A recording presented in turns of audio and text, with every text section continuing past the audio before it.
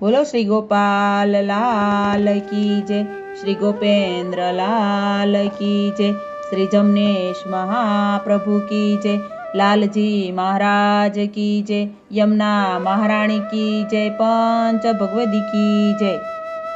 આજે હું પુષ્ટિ સંહિતા ખંડ 1માંથી 11મો પ્રસંગ વાંચું છું। પતિવ્રતાની ટેકનો માર્ગ। પાચા ભાઈ નત્ય પરોઢમાં વહેલા જાગે અને મને જગાડે। ધનબાઈ પણ જાગે અને પછી પ્રભાતિયા બોલે, ધોળ મંગળ ગાય। પછી નિત્ય કર્મ પરવારીને અપરસમાં સ્નાન કરી સેવામાં પહોંચીએ। ઠાકરજીને જગાડીને મંગળ ભોગ ધરે, પછી મંગળા કરાવે। મંગલાના કીર્તન બોલાય, પછી ધનબાઈ આરતી તૈયાર કરે ને પછી આરતી થાય અને પછી ઠાકોરજીને સ્નાન શિંગાર વગેરે સેવા કાર્ય થાય। ધનબાઈ સામગ્રીની સેવામાં જાય। આમ બધા ભેળા મળીને સેવાનો આનંદ લેતા।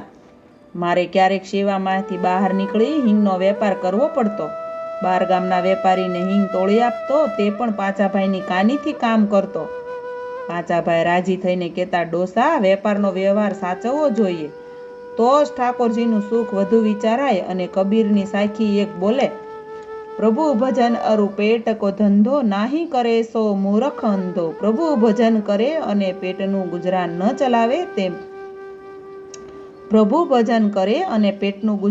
ચલાવે તે મૂરખ છે, અને પેટનો ધંધો કર્યા કરે ને પ્રભુનું ભજન કરે તે અંધો છે।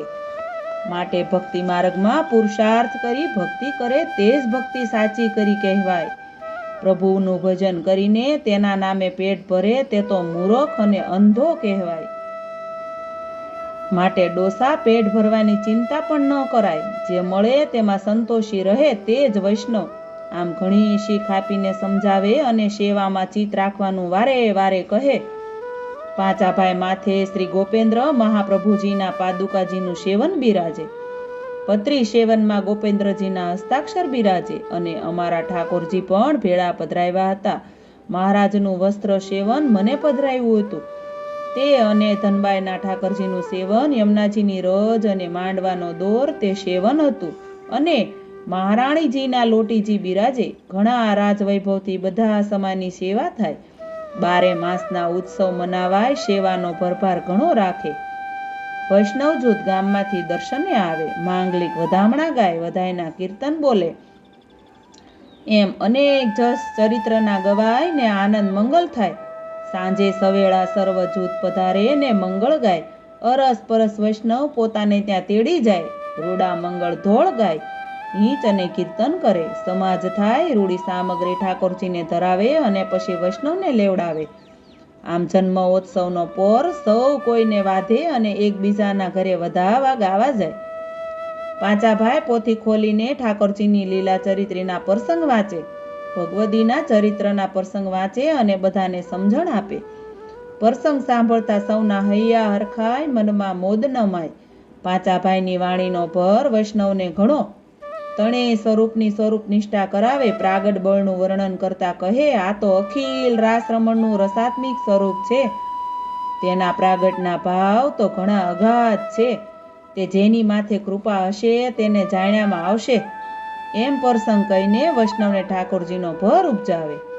પુષ્ટિ માર્ગના સિદ્ધાંત અને આચરણની વાર્તા કરે, અનિનતાની વાર્તા કરે। અણસમર્પ્યું ન લેવાય, સેવા ચોર ન થવાય, અન્ય માર્ગીનો સંગ સર્વથા ન કરાય, અવૈષ્ણવના હાથનું ખાનપાન ન કરાય, કરે તો દુર્બુદ્ધ ઉપજે।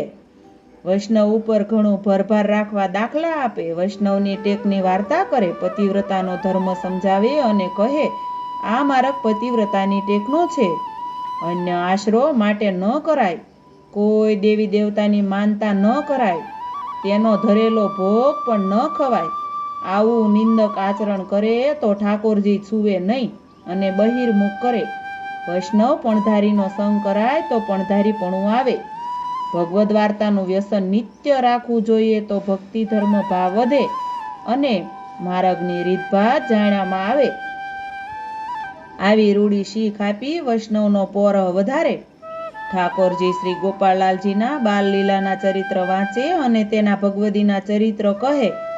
જુઓ વૈષ્ણવ, ઠાકર શ્રી ગોપાલજીનો જન્મોત્સવ મનાવવા ગોહિલવાડીઓ કસ્યોભાઈ રાજગર તથા ચેદરડીઓ મોરારદાસ 32 વખત ગોકુળ ગયા અને ઠાકોરજીને કેસરી સ્નાન કરાવતા અને ઠાકોરજી સાથે પ્રગટ રાસનું સુખ માણતા હતા. એવો ભર પોતાના ઠાકોરજી ઉપર વૈષ્ણવે રાખવો અને જન્મોત્સવ ખૂબ ખૂબ આનંદ કરીને મનાવવો જોઈએ. ગમે તેવું લૌકિક આવરણ હોય પણ જન્મોત્સવ ન છંડાય તે ન જ છંડાય. છાંડીએ તો ઠાકોરજી દુભાય અને પછી આપણા ઘરમાં ન બિરાજે. ઈ જાણે કે આ જીવને લૌકિક આસક્તિ મારા કરતા વધુ સારી લાગે છે. આમ ક્યાંથી લૌકિક આવરણ વધતું જાય, પણ ઠાકોરજીનો દઢ આશરો રાખી લોકલાજ છાંડીને પોતાના પ્રભુનો ઉત્સવ સાચવે તો જીવની ઉપર ઠાકોરજી ઘણું રીઝે. પછી જીવને શું ઓછું છે. આમ કશ્યો રાજગર મોરારદાસ અને જીવરાજ લક્ષ્મીદાસ આ બધા લૌકિક આસક્તિ છોડીને ઠાકોરજીનો જન્મોત્સવ મનાવવા ગોકુળ પધારતા. પ્રગટ સ્વરૂપનો તેને ભર ઘણો હતો. એવા સુખ આજ આપણા ઘર મંદિરમાં જે ઠાકોરજી બિરાજે છે તેના જન્મોત્સવના લઈએ તો આપણા ભાગ્ય. હરજી કેશવના સર્વ સમર્પણનો ભાવ સમજાવી સમર્પણી થવાનું કહે. વૈષ્ણવે સમર્પણ ભાવથી સેવા કરવી જોઈએ. સર્વ વસ્તુ પદાર્થ સમર્પીને લેવાય તેવો ઠેરાવ આ માર્ગનો મુખ્ય છે. તો જ સમર્પણ થયું કહેવાય. નામ ધાર્યું ત્યારથી સમર્પા વિનાનું કાંઈ ન લેવાય. પતિવ્રતાના ધર્મે કરીને રહેવાય તો સમર્પણ થયું કહેવાય. નહીં તો બાનું ફોગડ જાય. ઠાકોરજીના સુખનો વિચાર હરજી અને કેશવ નિત્ય કરતા. તેના ભાવ ઘણા ઊંડા છે. વિચારીને જોજો તો અંતરમાં ઉતરશે. પૃથુરાજની ટેકનો પ્રસંગ કરીને વૈષ્ણવને ટેકીલા થવાનું કહે. રાજા હતો પણ તેને કોઈનો ભય ન લાગ્યો અને પોતાની ટેક રાખી તો ઠાકરજીએ તેનું દુઃખ નિવારણ કીધું. વૈષ્ણવમાં પોતાના પ્રભુની અનન્ય ટેક જો હોય તો ઠાકોરજી સામું જુએ. એમ કહીને કહે કે અન્ય આશરો તો મહાબાધક છે. વૈષ્ણવને પોતાના પ્રભુજીની ટેક રાખવી જોવે. ટેક વિશે ચાતક અને બાપૈયાનું દ્રષ્ટાંત આપીને સમજાવે. ઠાકોરજીની સામગ્રીમાં મન કૂડું ન કરવું, તેમાં મન ચલાયમાન ન કરવું. મન ચલાયમાન થાય તો દુર્બુદ્ધિ ઉપજે. તેમ કહીને બિહારીદાસનો પ્રસંગ સમજાવે. એવો અનીન હતો તો પણ તેની બૂટ ઠેકાણે ન રહી અને અણપ્રસાદી વસ્તુ ખાધી ને પ્રેત યોનિમાં અપરાધ ભોગવવો પડ્યો. એવો અનીન હતો તો પણ તેની બુદ્ધ ઠેકાણે ન રહી અને અણપ્રસાદી વસ્તુ ખાધી ને પ્રેત યોનિનો અપરાધ ભોગવવો પડ્યો.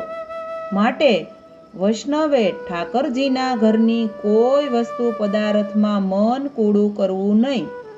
કરે તો દુર્બુદ્ધ ઉપજે અને અપરાધી થાય અને જીવને ઠાકોરજીથી છેટું પડી જાય. માટે ઠાકોરજીની સામગ્રી ઠાકોરજીને સમર્પીને લેવાય અને વણસી ગઈ હોય તો છોડી દેવાય. પણ અણપ્રસાદીમાં મન ચલાયમાન ન કરાય. આમ કહી અણપ્રસાદી વસ્તુ ન લેવાય તેની ઘણી શીખ આપી. બોલો શ્રી ગોપાલ લાલ કી જય. વૈષ્ણવો જો કાંઈ વાંચવામાં ભૂલચૂક થઈ હોય તો દાસના દાસ ગણી ક્ષમા કરજો. જય શ્રી ગોપાલ.